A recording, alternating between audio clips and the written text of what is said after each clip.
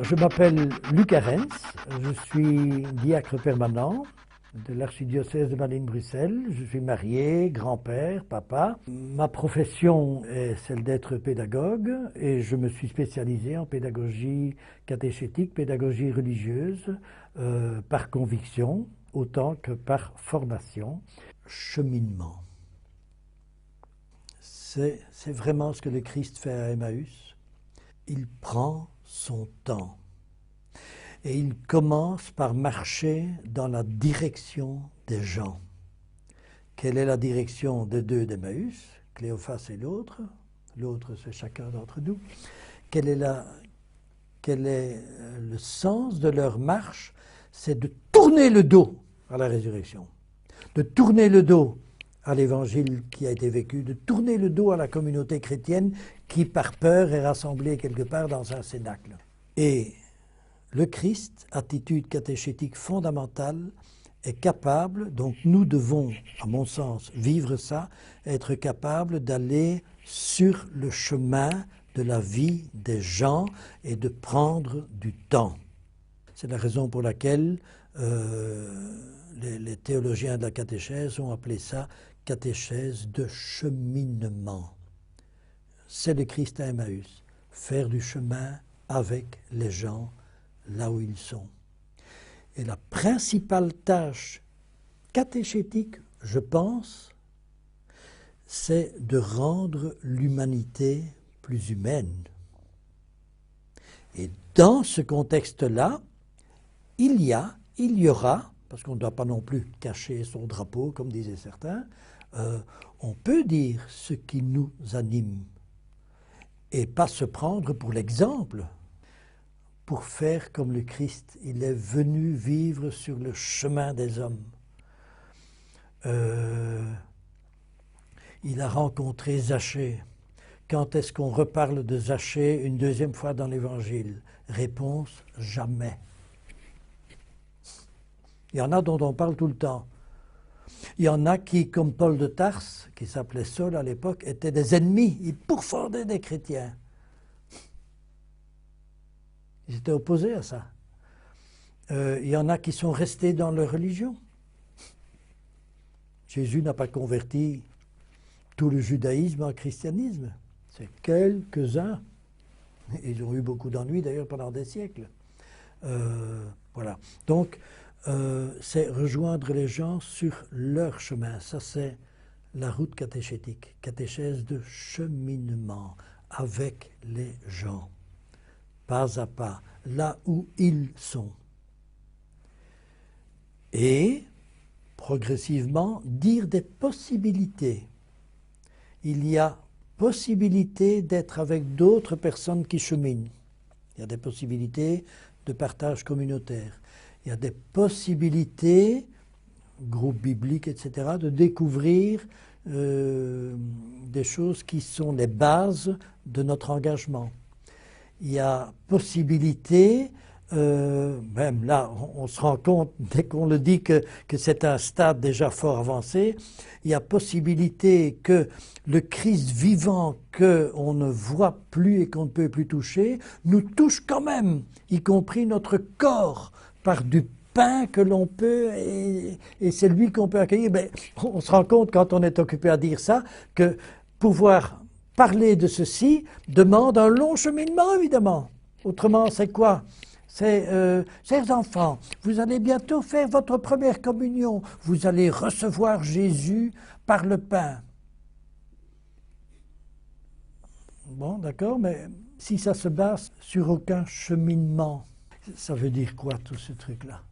La catéchèse, c'est pouvoir accompagner les gens sur leur chemin. Je ne donne pas la définition théologique ici de la catéchèse, hein, je donne le suc. C'est pouvoir accompagner les gens sur un chemin qui est le leur. Et bien sûr, ces différents chemins, à certains moments, peuvent se rejoindre.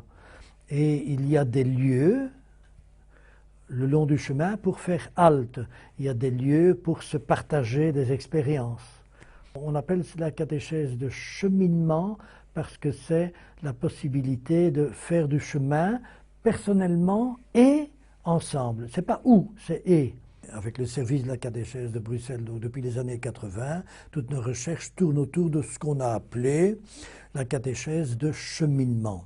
On a eu la liberté par les évêques de l'époque, les évêques conciliaires, de Sunens a beaucoup poussé ses confrères à ça et Gottfried Donnels a continué.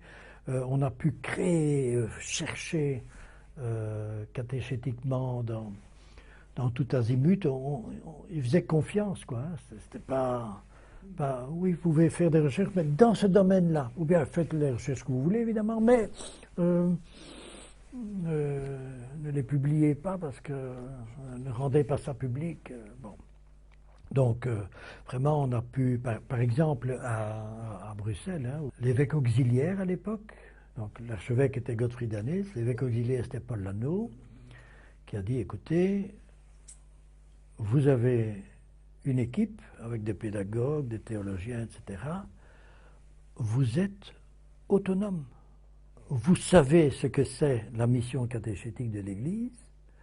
Allez-y, faites des recherches. La vie est un cheminement et la catéchèse, c'est une mission essentielle de l'Église qui est celui de accompagner, susciter évidemment, mais surtout accompagner le cheminement de foi des personnes individuellement, mais aussi des personnes de manière communautaire. Ce cheminement est basé sur la théologie de Luc au chapitre 24, Emmaüs. Et ça, c'est tout le travail du pédagogue, évidemment, c'est ça qui, on sent bien que ça m'anime, c'est tout le travail qui doit être cet accompagnement d'Emmaüs, là où les gens sont à ce moment-là dans leur vie, tout ça, c'est du très concret, du très précis. Un accompagnement là où les gens sont maintenant, dans leur situation d'évolution. Ça veut dire qu'il y a des personnes qui étaient, alors je vais prendre les deux mots bateau à relativiser, qui étaient croyants pratiquants, et il y a des personnes qui ne sont plus du tout pratiquantes. Il y a des personnes qui ont été déçues par l'Église, il y a des personnes qui ne croient plus en Dieu, et pourtant qui se retrouvent d'une manière ou d'une autre on ne peut pas parler de catéchuménat puisqu'ils sont déjà débaptisés depuis qu'ils ont été enfants, mais la plupart du temps enfants, mais bon, c'est une nouvelle, un nouveau. Je n'ai pas envie tellement d'utiliser le mot néo-catéchuménat parce que ça correspond à un mouvement, donc à ne pas confondre, mais en fait, c'est le mot serait bien choisi pour expliquer de quoi il s'agit. La catéchèse est aussi pour les adultes. Donc, quand on avait le système maman catéchiste, c'était pour les enfants. Années 60, années 70, années 80, c'était à 85% des dames qui faisaient la catéchèse. Dans une pédagogie relativement scolaire, c'était généralement préparatoire, uniquement préparatoire. C'était pour la première communion et en Belgique, profession de foi, confirmation. Une fois que ça c'est fini, la catéchèse est finie, pensait-on. Donc nous, dans notre travail, notre recherche et notre animation, prenant donc l'idée de catéchèse de cheminement, la vie ne s'arrête qu'au moment du trépas. Notre dernière catéchèse sera peut-être quand quelqu'un va nous prendre la main sur notre lit de mort. Donc la catéchèse, c'est depuis qu'on peut un peu réfléchir jusqu'au moment, jusqu'à quand on veut, jusqu'au moment final. La catéchèse en soi ne s'arrête jamais, puisqu'elle est animation de la foi. La catéchèse ne concerne pas que les enfants ou les adolescents ou les adultes de manière tranchée par âge, les tranches d'âge, mais concerne toute la communauté chrétienne. Alors, un exemple que j'ai souvent cité dans les formations, les enfants qui venaient par exemple le mercredi après-midi en catéchèse chez les mamans catéchistes avaient évidemment une leçon, je m'en suis expliqué, sur le système un peu scolaire, une leçon sur l'Eucharistie. Et donc, théoriquement, on leur apprenait ce que c'était l'Eucharistie. On apprenait que ça provenait entre autres du jeudi saint, etc. Mais de plus en plus, la gêne se faisait, et ça raidissait d'ailleurs les catéchistes et les prêtres de paroisse, c'est que ces enfants qui avaient été introduits théoriquement à l'Eucharistie, page 27 de tel ouvrage catéchétique, ne pratiquaient pas plus le dimanche. Et donc n'avaient jamais de contact avec l'Eucharistie elle-même, d'une communauté eucharistique vivante. Le prêtre de temps à autre passait, mais bon, quand il pouvait, parce qu'il y en avait déjà de moins en moins à ce moment-là. Donc, contact avec un prêtre, ce qui était important, ce qui était grave dans l'éducation catéchétique, c'est que on les orientait vers une pratique religieuse qu'ils n'avaient pas, puisque progressivement, à partir des années 60, les familles se démobilisaient du côté de la messe dominicale, etc. Mais ils revenaient pour la première communion. Ah, là, c'était l'Eucharistie à plein. Pour beaucoup, c'était pratiquement la première Eucharistie. Alors là, au fil du cheminement catéchétique, ils ont un peu corrigé la chose. Ils ont dit, ah oui, non, ça va pas, que la toute première Eucharistie à laquelle ils participent, c'est celle où ils vont accueillir le corps du Christ pour la première fois. Enfin bon, il y a un hiatus. Donc, beaucoup de paroisses ont ajouté, par exemple, 4 messes préparatoires. Au cours d'une messe, par exemple, la pédagogie était, on travaille un peu l'accueil. Et puis au cours d'une deuxième messe, c'est plutôt centré sur la parole. Et tout le reste, donc, il subissait. Hein, puisque au cours d'une troisième messe, c'est le pain et le vin. Et au cours d'une quatrième messe, c'est l'envoi. Bon, très bien. Mais c'était fort didactique, dans une liturgie qui pratiquait encore d'autres choses. Enfin, on sent bien que l'idée n'était pas inintéressante. Il n'y a aucune idée qui est inintéressante. Elle mérite toutes d'être explorée, mais peut-être de mieux l'étudier à l'avance et de voir ce que ça veut dire. Et alors, un des gros problèmes, c'était que ces gamins et ces familles qui ne pratiquaient pas, mais qui viendraient massivement occuper notre église, disaient les gens, le jour de la confirmation, le jour de la première communion. Eh bien, quand on annonçait dans une paroisse qu'il allait y avoir la première communion, hop, les paroissiens disparaissaient parce que ça allait être un barnum avec des gens qui venaient jamais, enfin à quoi ça ressemble, etc. Et donc, le contact permanent, le contact de cheminement avec une communauté célébrante où progressivement, comme ça se faisait du temps où des familles étaient pratiquantes habituellement, entre autres le dimanche en liturgie, eh bien, cette initiation simplement par immersion, parce qu'on est plongé dedans. Parce que depuis qu'on a 1 an et demi, on est à l'église avec ses parents, ou avec sa marraine, ou avec son grand-père. Tout ça dysfonctionnait évidemment progressivement avec le moins de pratiques religieuses possibles. Et donc, ce système finalement ne fonctionnait en réalité plus de manière satisfaisante. Une des preuves, c'est que le jour de la première communion, pour la plupart des enfants et des familles, c'était la dernière communion avant longtemps.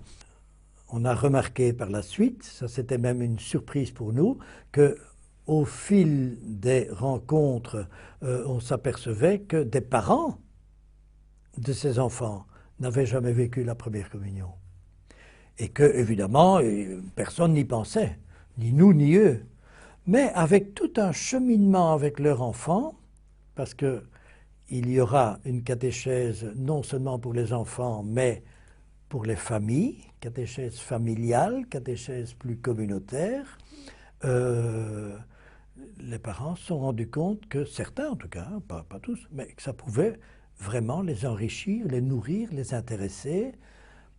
Et par exemple, à l'église, après des mois, parce que tout ça ne se pratique que parce qu'il y a un long cheminement, après des mois, on voyait arriver une maman, non pas comme ceci, mais comme ça.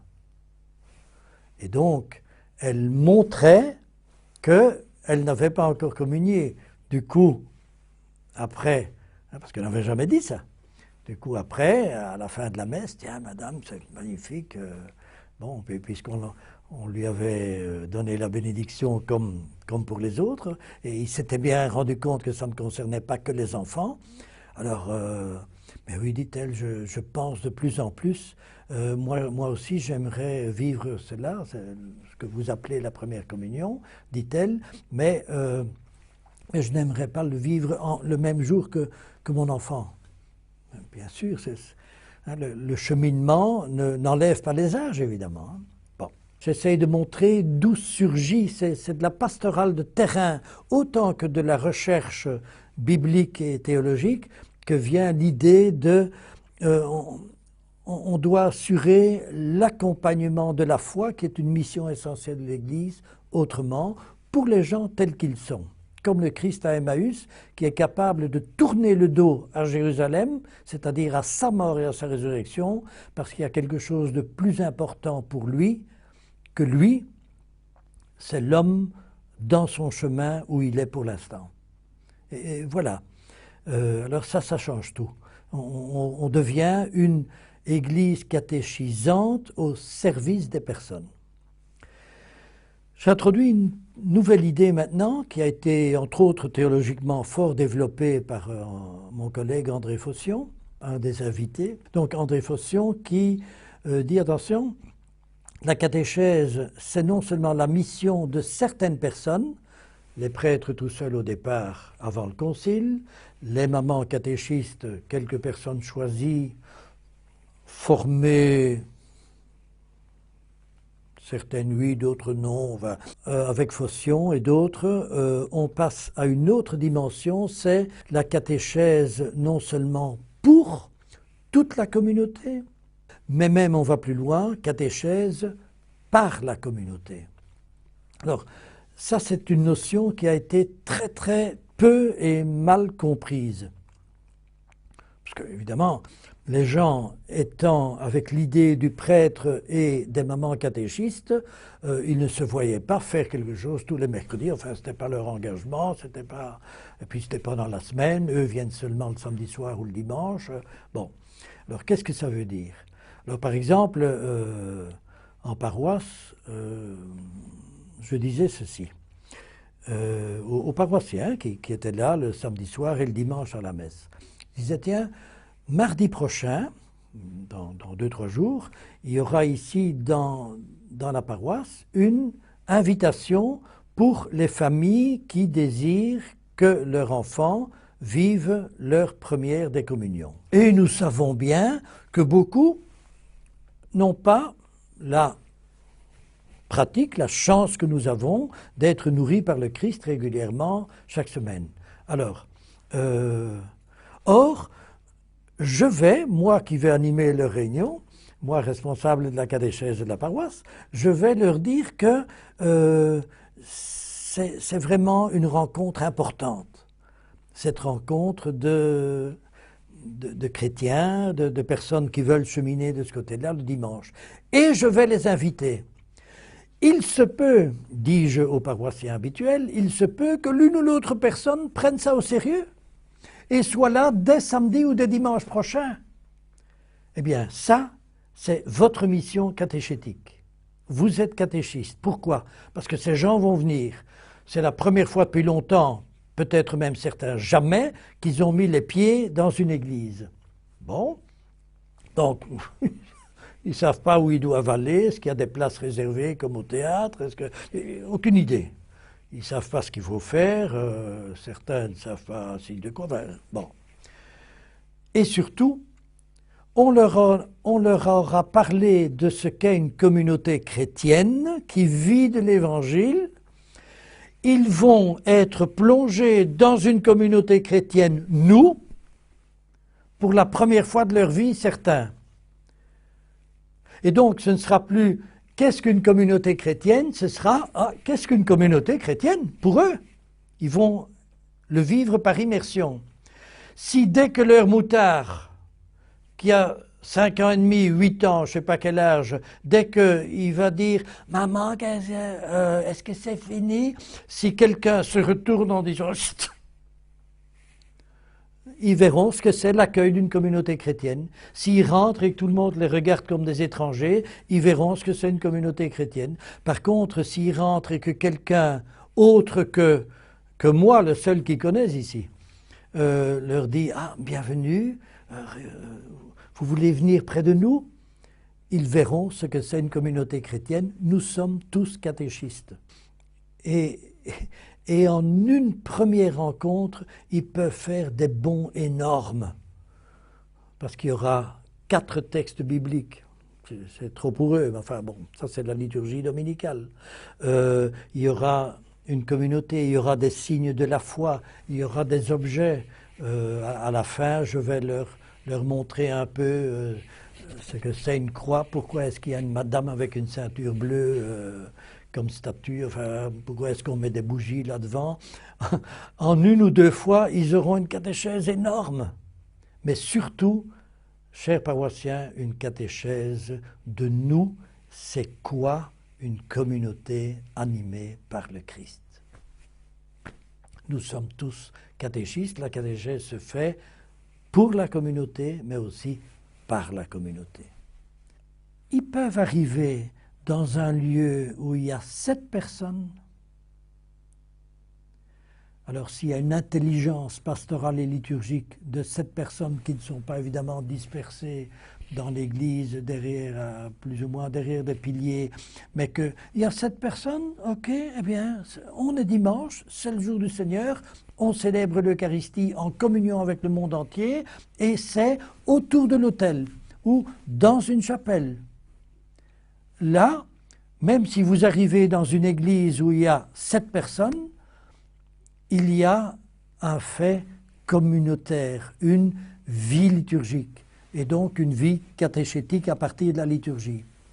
Bien sûr, si on arrive dans une église où il y a 300 personnes, plein de gens qui vivent la foi, qui savent toutes les réponses liturgiques, si on veut aider les gens à faire du chemin, à cheminer à leur rythme, avec leurs possibilités et donc leurs impossibilités, il faut se rendre compte que une catéchèse paroissiale, avec une paroisse, avec plein de gens, ça peut être très répulsif. Impossible à rentrer dans ce club de toutes les personnes qui connaissent toutes les réponses. Et donc, il y a là énormément de problèmes parce qu'on dit, oui, allez, venez le dimanche, vous allez voir une communauté qui célèbre le Seigneur. La vie pastorale, la pastorale catéchétique est beaucoup plus fine. Il y a évidemment des grands slogans. Si on a une communauté vivante, etc., tant mieux. Mais est-ce qu'elle est vivante en interne pour les gens du sérail, ou est-ce qu'elle est capable de s'ouvrir et être une communauté vivante et accueillante? Ce n'est pas le cas de toutes les grosses paroisses, de toutes les grosses communautés. Si on est en petit nombre, ça peut être pas mal adapté à certaines personnes, à certaines conditions, si vraiment il y a une communauté. Le travail catéchétique est vraiment valide, valable, porteur, catéchétique, si c'est une responsabilité, si possible, de toute la communauté. Les pasteurs, les gens, ceux qui s'y connaissent en catéchèse et qui pourraient, pour quelque chose, animer l'un ou l'autre, ou une équipe, ou une activité, ceux qui sont simplement là, mais mes souris, dans un feuillet. Tout, on dit en théologie catéchétique que tout est catéchétique dans une vie d'église. Et ça, les gens qui viennent pour la première fois, ou pour les premières fois, alors les premières fois, ça peut durer quelques années, hein, avant qu'on soit du sérail. Les gens qui viennent pour la première fois en catéchèse sont très sensibles et très attentifs à ça. Et beaucoup de communautés chrétiennes, entre autres certaines qui vivent magnifiquement la liturgie, les temps liturgie, enfin, sont peu accueillantes. Et donc, catéchèse de cheminement, catéchèse pour et par la communauté, catéchèse pour tous les âges, tous les cheminements de la vie, parfois en groupe d'âge. On a alors imaginé, mais comment est-ce qu'on pourrait faire que ça devienne vraiment l'animation catéchétique de la vie paroissiale? Et c'est là que a commencé à se créer, fin des années 60, années 70, un tout petit peu, années 80, années 90, années 2000, c'est là qu'a commencé à se créer ce qu'on appelait des journées catéchétiques ou des catéchèses pour tous. Ou, bon, il y a toutes sortes de noms qui ont été émis. De quoi s'agissait-il? Il s'agissait de dire, faire une catéchèse chez une dame qui fait ça de tout cœur, et donc c'est un témoignage important. Mais le mercredi ou le jeudi soir, etc., après l'école, en dehors de la vie de la communauté, avec, on le sait, puisque ce sont des personnes qui pour la plupart ne sont pas pratiquantes, pas de contact avec la communauté, avec la liturgie, il y a là un hiatus profond, ça ne marche pas. Donc, mettons plutôt la catéchèse paroissiale le jour où il y a la communauté chrétienne qui se rassemble. Alors ça, c'est pas très difficile, c'est soit le dimanche, soit le samedi soir. Voilà. Et donc, alors, beaucoup de paroisses ont opté, par exemple, à Bruxelles, hein, dans les 110 paroisses qu'on animait, beaucoup de paroisses, à partir des années 80, ont commencé à placer cela le samedi après-midi avec la messe du samedi soir, la messe dominicale. Ou bien le dimanche matin, avant la messe. Hein, si c'est par exemple messe à 11h, catéchèse à 9h, hop, bon. Ou bien messe à 9h30, 10h, et puis après, bon, certains ont appelé ça catétous, d'autres journées catéchétiques, enfin, peu importe les noms. Mais donc, il y avait un recentrage qui, en même temps, pouvait avoir des moments d'atelier, des moments d'accueil aussi, très importants. Les gens arrivent, un petit jus d'orange, un petit chocolat chaud le dimanche matin. Tout ça montre l'investissement d'une communauté d'accueil. Parfois un repas partagé ou sandwich ou auberge espagnole après la catéchèse du matin, la messe, et puis ceux qui désirent restent un repas. Hein, on passe d'une table à une autre, voilà. Et donc, il y a eu un recentrage aussi donc, dans le temps. Bien sûr, ça on ne sait pas faire chaque semaine, donc ces catéchèses-là ont été prévues mensuellement. Alors, il y a des gens qui se posaient la question, hein, des prêtres, des paroissiens, qui disaient, oui, mais tous ces gens-là ne viennent qu'une fois par mois, alors que ça doit être tous les dimanches. C'est là qu'on revient à la théologie d'Emmaüs, mais avant, ils ne venaient jamais. Maintenant, ils trouvent sens à venir une fois par mois. Certains, c'est vrai, ne sont pas si réguliers que ça. Il y a parfois grand-père et grand-mère qui arrivent, mais seuls avec le gamin. Une autre fois, c'est rien que la maman. Une autre fois, c'est toute la famille, grand-père, grand-mère, les parents, papa et maman, en tenant compte aussi qu'il y a de plus en plus dans ces années-là des familles qui sont éclatées. Et donc, ils sont une fois chez le papa dans une paroisse, une fois chez la maman. Enfin, il faut tenir compte de tout ça si on veut faire un accompagnement catéchétique qui accompagne la vraie vie des gens. Mais donc, oui, voilà, ça c'est le rythme différent. Il y en a qui ont tout un parcours catéchétique en ne venant qu'une fois par mois. Mais ils ont parfois, parce qu'il y a des groupes de partage, il y a des groupes de parole, il y a parfois chez ces personnes-là beaucoup plus de conscience des choses, plus d'investissement que d'autres personnes qui viennent tous les dimanches, chouette, bravo, mais c'est un peu par routine et c'est bien aussi. La routine, c'est ce qu'on appelle la ritualité qui, même à un moment où on ne réfléchit pas fort le sens de ce qu'on vit et de ce qu'on fait, qui accompagne, qui soutient les gens par routine. Avant même que les gens parlent de catéchèse et de cheminement important pour leur vie, je crois que ce qui est essentiel, c'est justement d'en vivre l'importance. La communauté chrétienne qui se réunit plus habituellement, et vivre une importance de la mission catéchétique de l'Église, c'est se rendre compte que nous sommes accompagnés et par Dieu et par des frères et sœurs croyants, ou au moins humanistes pour d'autres aspects que l'on partage avec tous ceux qui sont humanistes dans la vie, le sens du partage, le sens du service, le sens du pardon, etc. Il y a des personnes qui peuvent nous aider, nous accompagner, des auteurs, mais aussi des gens dans le quartier, etc., qui peuvent nous accompagner dans des domaines où eux ne les pratiquent pas parce que c'est ça le règne de Dieu, c'est ça l'humanité réussie, mais simplement parce qu'ils sont des personnes humanistes et donc ils peuvent vraiment, par exemple, tous ceux qui nous apprennent une culture de la paix, une culture écologique, etc., un respect de la création, ne motivent pas leurs choses comme l'a fait admirablement le pape François avec Laudato Si, ne motive pas ça sur des éléments de foi, mais sur des éléments d'humanité que nous partageons avec tous les humanistes en tout cas. Bon, si quelqu'un est raciste, évidemment, c'est pas tout à fait compatible, je crois, avec l'Évangile, mais voilà. Et on est tous un peu racistes, donc on doit faire attention.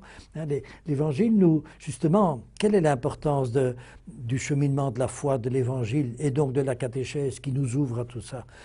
C'est important, c'est d'animer notre vie, c'est de nous donner sens, de nous aider dans notre recherche du sens, nous donner de l'espérance aussi. Quand on voit que même dans notre continent maintenant, puisqu'on parlait de l'aujourd'hui, il y a la guerre, bon, alors Israël et Gaza, c'est pas tellement loin, la guerre aussi, tout ça est désespérant. Les savants, les écologistes nous disent que si on continue, l'humanité va droit dans le mur d'ici un siècle au plan de la survie de la Terre. Tout ça risque d'être désespérant. Et fondamentalement, c'est le sens de vie, mort, résurrection, fondamentalement, la vie chrétienne nous invite à de l'espérance. Mais pas de l'espérance passive, évidemment, j'espère que ça ira mieux, mais pour que ça aille mieux, où est-ce que moi, personnellement, je puis un peu ou beaucoup m'engager, ou du moins être attentif, ou du moins inviter d'autres à s'engager, même si moi, je ne peux pas le faire, évidemment, dans tous les domaines. Donc c'est une espérance active. Et ça peut être suscité par la vie chrétienne, par l'Évangile, par le fait que la terre qui est occupée à mourir peut ressusciter. Si écologiquement on fait du travail, enfin relisez Laudato Si, on le verra bien. Et surtout, essayons d'agir dans ce sens. Une guerre peut se terminer si finalement la diplomatie reprend et le bon sens reprend le dessus. Et il faut croire à cela. Il me vient une pensée, celle par exemple des théologiens du judaïsme qui s'interrogeaient avec la Shoah en disant, bon là, même nous, les théologiens du judaïsme, certains en tout cas, hein, là, comme disait Nietzsche, Dieu est mort. Voilà. S'il y a eu ça, il n'y a plus d'espérance possible. Sauf que il y a eu des gens comme, par exemple, le pasteur Dietrich Bonhoeffer et d'autres hein, qui ont pensé au sein même de cette horreur intégrale, finale, qui ont pourtant pensé l'évangélisation, qui ont pensé comment vivre et survivre et revivre, même si on va mourir ici dans le camp de concentration, mais comment est-ce que l'humanité peut appréhender cela et vivre et revivre après. Voilà. Donc même dans les pires des cas, l'espérance issue de la foi chrétienne, foi, espérance, charité, engagement, peut donner sens, peut orienter nos actions, nos pensées, nos écrits, voilà. Et donc la catéchèse a cela comme mission. Comment est-ce qu'on peut faire en sorte que cela surgisse, parce que personne n'est né en connaissant l'Évangile, évidemment, hein.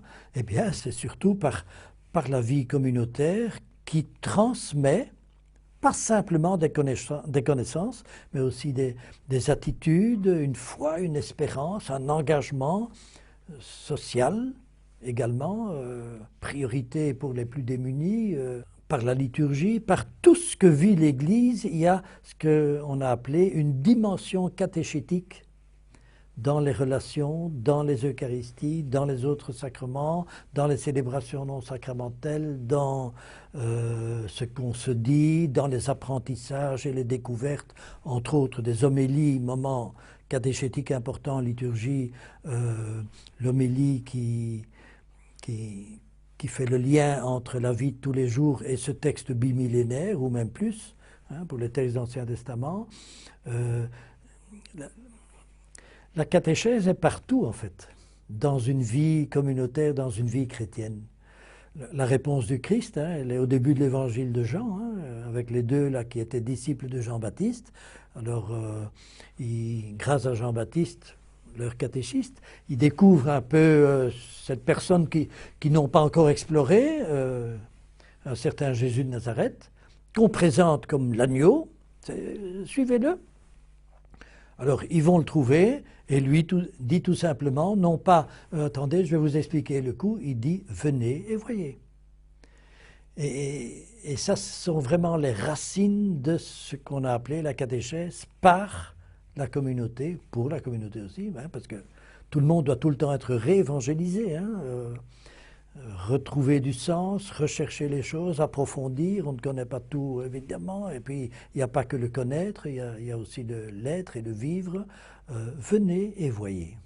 Mais on remarque que la plupart des personnes qui, à un certain moment, désirent rejoindre quelque chose de l'Église, au fond, c'est très classique. C'est même préconciliaire. Donc ça date, petit à petit, ça va dater de presque un siècle. C'est-à-dire, ils savent que des curés existent, les bâtiments églises existent, souvent, malheureusement, en porte fermée, et pour quelque chose de sociologique, ils cherchent le contact. Par exemple, la première communion du petit. De moins en moins d'ailleurs, mais ça existe. Et les gens qui sont en dehors de la vie ecclésiale, c'est pratiquement la seule chose qu'ils connaissent. Ce sont les grands trucs sociologiques. Faire sa communion, un curé. Bon. Et donc, à partir de ce qu'ils connaissent, s'ils sont demandeurs de ce côté-là, ils vont chercher une porte d'accès. Souvent, ils ne sont pas très bien reçus, malheureusement. Soit parce que chaque paroisse territoriale, c'est-à-dire chaque village, chaque quartier de ville, n'a pas ou n'a plus les ressources pour accueillir, ou a les ressources pour accueillir, mais l'organisation du diocèse étant autrement. Maintenant, c'est par unité pastorale, par secteur, etc. Bon, mais c'est pas chez nous. Donc, on rend les choses un peu difficiles pour les gens de l'extérieur. Mais, bien. Il y a beaucoup moins de relations entre des chrétiens au plan d'une recherche de sens et la vie de tous les jours. Des gens qui ne font pas déjà partie du sérail. Et l'organisation maintenant des unités pastorales, etc., est en effet plus dynamisante, mais est aussi, ça il faut bien s'en rendre compte, plus éloignée des personnes éloignées au plan de la vie pastorale, de la vie catéchétique, du rapport à l'Évangile. Et donc, François, le pape François, a raison de nous alerter, il n'est pas le seul évidemment, mais je le prends lui comme archétype de la chose. Il est essentiel que l'Église redevienne beaucoup plus missionnaire dans le sens de aller vers, faire connaître, avoir des lieux, parce qu'autrement, un des seuls lieux qui se rétrécit de plus en plus, c'est justement la sociologie religieuse d'avant, c'est-à-dire le petit doit faire sa communion. Mais si moi, papa, moi, maman, je décide que le petit ne doit pas faire sa communion, parce que tout ça c'est du baratin, enfin, et puis en plus il y a la pédophilie, enfin, etc. Quoi, hein, bon, il n'y a aucun contact. Et donc, c'est dans la mesure où une communauté chrétienne est hors les murs, est engagée dans la cité, où on peut identifier des personnes chrétiennes et des personnes chrétiennes qui ont quelque chose au plan humain de communautaire, de consistant, d'engagé. Des gens, par exemple, engagés dans l'écologie. C'est intéressant qu'ils entendent qu'il y a des personnes qui le font, la même chose, exactement la même chose qu'eux, un peu moins, un peu plus, mais avec une motivation plus large que simplement, résumé par une bête locution, les biens terrestres. Hein. Il y a autre chose. Tôt ou tard, ça peut, parce qu'ils travaillent ensemble, quelqu'un qui a aidé une bobonne avec des sacs pour aller faire ses courses, la malheureuse qui ne sait presque plus marcher, là ils ont des choses à se dire. Et évidemment, lui il le fait parce qu'il est un homme, parce qu'elle est une femme, parce qu'il est un jeune, peut-être aussi motivé parce qu'il est chrétien, chrétienne, et que l'autre est un frère en difficulté, une sœur à aider, ok, on est bien d'accord. Donc il a une motivation supplémentaire encore pour le faire, mais ils auront tôt ou tard des choses à se dire, tôt ou tard, ça dépend du rythme de cheminement de leur relation et de la bobonne du coin. S'il y a eu le fait qu'il ait monté les 3 étages avec des sacs, s'il a été au magasin quand l'autre était malade pour aller chercher les pommes de terre et le pain qu'elle avait besoin. Enfin voilà, donc c'est là aussi que nos communautés chrétiennes, animées par le Christ, de temps à autre ou régulièrement chaque dimanche, par des catéchèses, etc., doivent se rendre compte que c'est par les réels contacts dans la vie qu'on pourra éventuellement être, je reprends un mot cliché, mais qui théologiquement évidemment a son sens, être missionnaire, être évangélisateur, mais quand ça convient. Parce que le type qui porte les sacs de pommes de terre, et, enfin, on nage dans le ridicule, hein. Vous savez, je pratique l'évangile, et vous, enfin, on sent bien que c'est pas ça les témoins de Jéhovah qui ont un zèle admirable, qu'est-ce qu'on fait pour la plupart, le plus vite possible, donc parfois après 2 secondes, on leur claque la porte au nez. C'est pas le bon angle. D'autant plus que pour nous, la question n'est pas de faire en sorte que les gens absolument viennent à l'église, que ceux qui ne sont pas baptisés, c'est de faire en sorte que l'esprit du Christ soit vécu le plus possible dans le monde, c'est-à-dire qu'on soit un peu fraternel. Et si un jour, le fait que quelqu'un a porté des sacs ou a aidé un gamin ou je ne sais pas quoi suscite une question, là, c'est le moment. Peut-être.